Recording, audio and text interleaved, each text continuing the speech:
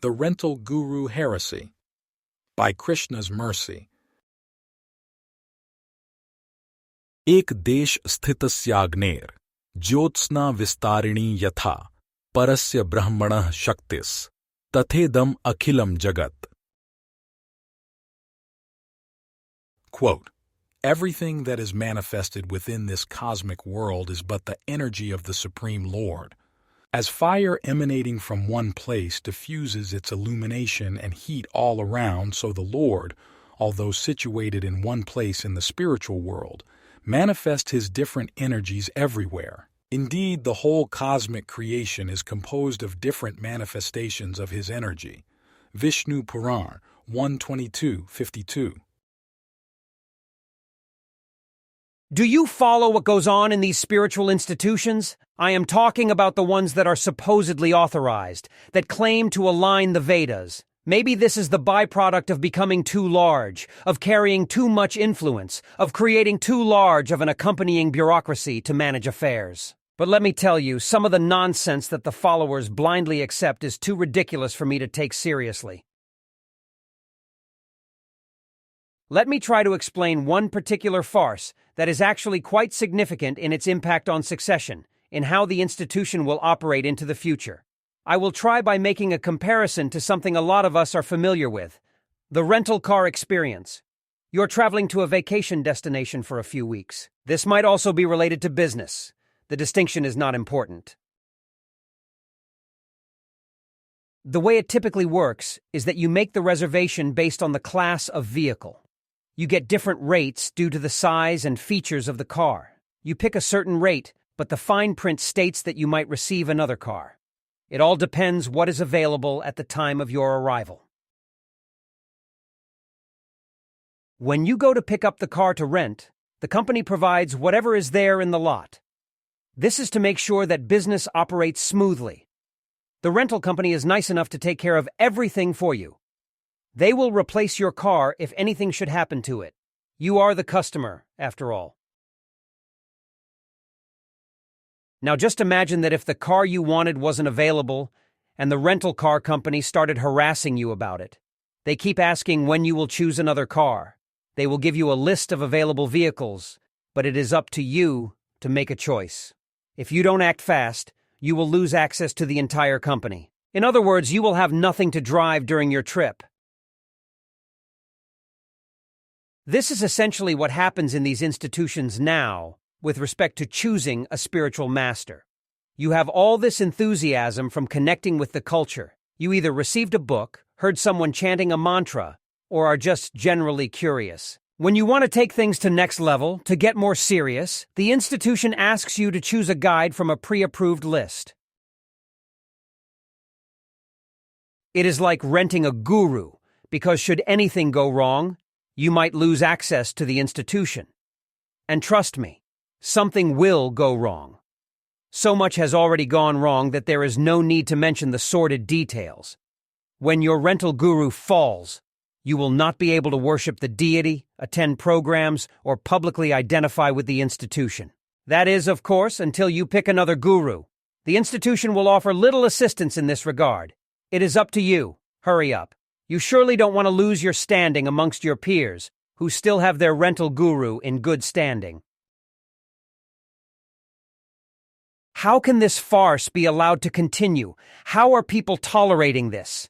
How is anyone supposed to advance if they cannot create a meaningful, viable relationship with a teacher? That relationship is supposed to be sacred. The disciple takes the words, Vani, of the spiritual master as their life and soul. It is indeed a farce, but what can actually be done to correct the situation? These are the impurities that enter the scene whenever money, power, and influence are at stake. Why would the leaders of the institution suddenly relinquish control over the vital of issue which members can accept followers? Especially when followers offer financial assistance and the leaders have no other means to support themselves. Genuine saintly people are well aware of the potential for corruption. They foresee issues arising even within institutions that they personally established. They try to cut through the obstacles by reaching as many people as possible with the valuable words of wisdom. Tadvidhi pranipaten, pariprashnen sevaya, upadekshanti te jnanam, jnaninas tattvadarshinaha. Quote, just try to learn the truth by approaching a spiritual master. Inquire from him submissively and render service unto him. The self-realized soul can impart knowledge unto you because he has seen the truth. Lord Krishna, Bhagavad-gita 4:34. At the heart of the matter is instruction. This is what forms the relationship between guru and disciple. It is learning from a teacher. The instruction might be from offering direct service, in learning by example, or from hearing, listening to the instruction and then proceeding to implement those teachings within everyday life. We have the verse from Vishnu Purana which explains how God the person is all-pervading. The universe is something like his body. He is always an individual. He is always supreme. He is simultaneously the source and also the extensions. The comparison is to fire. It starts in one place but then distributes its heat and light elsewhere. The extent of the distribution depends on the strength of the original fire and possibly mechanisms of transport. God is of a strength which is impossible to accurately quantify. Adokshas. He has the greatest mechanism for distribution since he can simply expand himself, as he does through sitting in the heart of the living entity. Sarvasya chaham hridi sannivishto mattah smritir jnanam apohanam cha vedaishcha sarvair aham eva vedyo vedant krid vedvid eva chaham. Quote, I am seated in everyone's heart, and from me come remembrance, knowledge, and forgetfulness. By all the Vedas am I to be known. Indeed, I am the compiler of Vedanta, and I am the knower of the Vedas. Lord Krishna, Bhagavad-gita 15:15. Saintly people are similarly empowered due to their alignment with the Supreme Lord.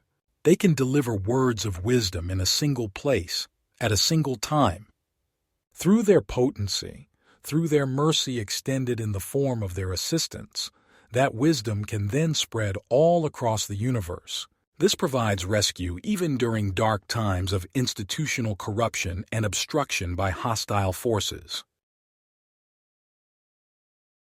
Rajan sansmritya samvadam imam adbhutam keshavarjuna yoh punyam hrishyami cha muhurmuhu.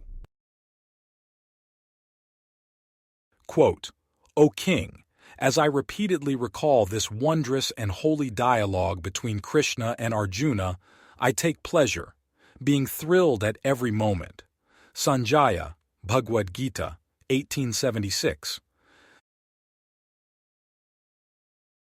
Sanjaya was not at the scene when Bhagavad-gita was delivered to Arjuna. Sanjaya still feels a thrill in recalling that conversation. Blessed by Vyasadeva, the spiritual guide, Sanjaya had the ability to hear everything. And so we can take comfort in the mercy of the permanent Guru to transport us to the imperishable realm, Vaikuntha, through their potency. In closing, back to the desk sent, time for another to rent. Previously authorized though, no longer affiliated so. Hurry up and act fast, opportunity not to last. Guru never in this way found, bond through sacred instruction sound.